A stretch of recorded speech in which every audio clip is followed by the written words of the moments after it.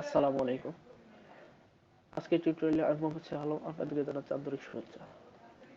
আজকের টিউটোরিয়ালটিতে আমরা দেখব কিভাবে একটি জেপিজি ফরম্যাটের ইমেজকে পিএনজি বা অন্য কোনো ফরম্যাটে রূপান্তরিত করা যায়।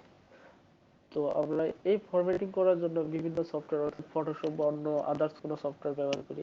কিন্তু আজকে আমি আপনাদের দেখাবো কিভাবে খুব সহজেই একটি পিকচারকে জেপিজি থেকে বা অন্য যে কোনো ফরম্যাট থেকে আদার্স ফরম্যাটে নেওয়া যায়।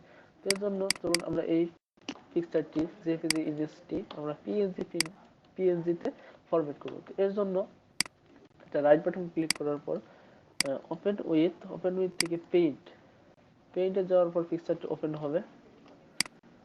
তো ওপেন হওয়ার পর দেখুন এইখানে যে বারটা আছে বারটা থেকে সেভ অ্যাজ পিএনজি আপনি এটা পিএনজি থেকে যদি আপনি মনে করেন যে পিএনজি বা অন্য কোনো ফরম্যাটিং করবেন তাহলে এখানে দেখুন আরো ফরম্যাট আছে, যেমন আদার্স ফরম্যাট, এখানে আরো অনেক ফরম্যাট পাবেন।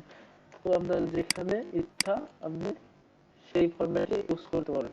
তো দেখুন এখানে পিএনজি, আমরা পিএনজি ফরম্যাটে ফরম্যাটিং করব। তো এর জন্য আমরা অন্য একটা নাম দিই। তো এখানে ডেস্কটপে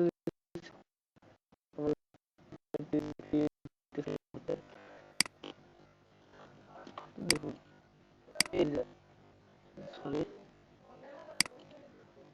এটা দেখুন আমাদের আগে ছিল এটা জেপিজি আর এখন হচ্ছে পিএনজি। এভাবে আমরা একটি ইমেজ স্কেল বিভিন্নভাবে রূপান্তরিত করতে বিভিন্ন ফরম্যাটে। তো আশা করছি আপনারা টিউটোরিয়ালটি বুঝতে পারছেন এবং টিউটোরিয়ালটি ভালো লাগলে অবশ্যই লাইক, কমেন্ট এবং সাবস্ক্রাইব করুন।